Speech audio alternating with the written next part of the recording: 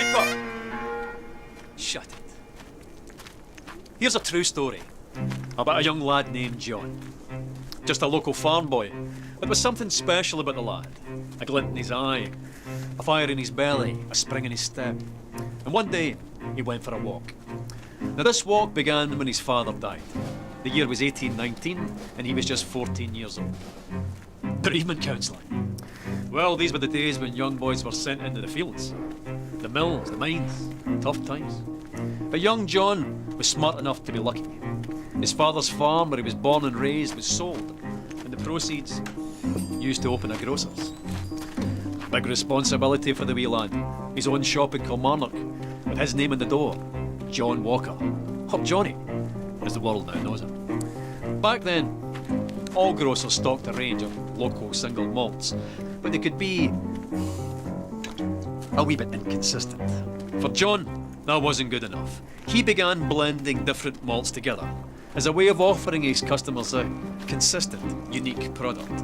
Now this backroom art quickly developed into a commercial proposition, and a very profitable one. And because there's nothing like a commercial proposition to stir the Scottish heart, it grew quickly into an industry filled with ambitious entrepreneur distillers. John thrived in this environment, and so too soon with his sons, Robert and Alexander, who joined him on his journey. The Walkers became the biggest name in a rapidly growing industry. They were unstoppable.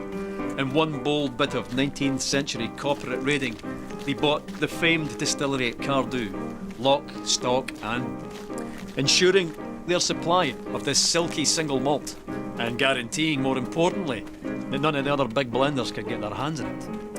But young Alexander wasn't content with being Scotland's biggest blender.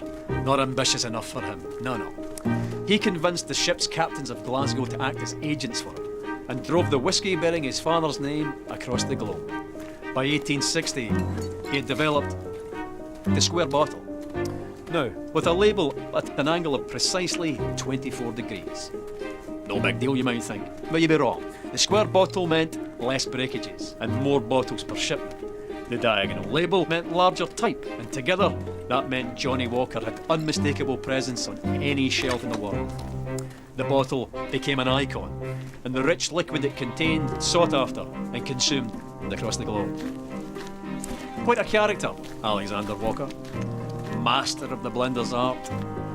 Ambitious, uncompromising, Mr. Walker. It was John's grandsons, George and Alexander II's turn to join him on his journey.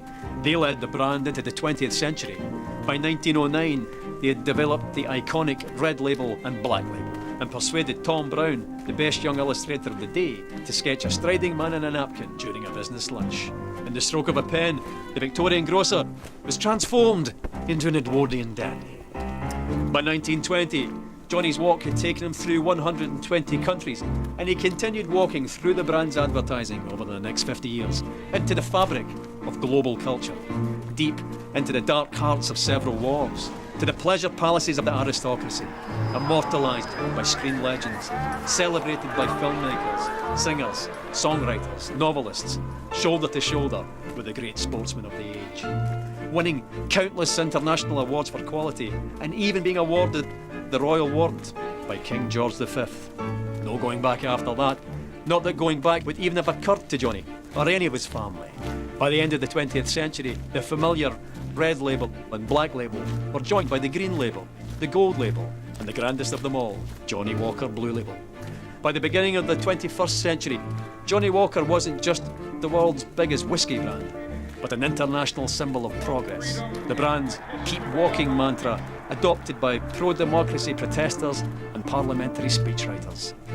What would the farm-born Victorian grocer have thought of all of this? He'd have loved it. A Victorian farm-born grocer he might have been, but he and the family that followed him were possessed by a fiery ambition with the skill and intelligence to match.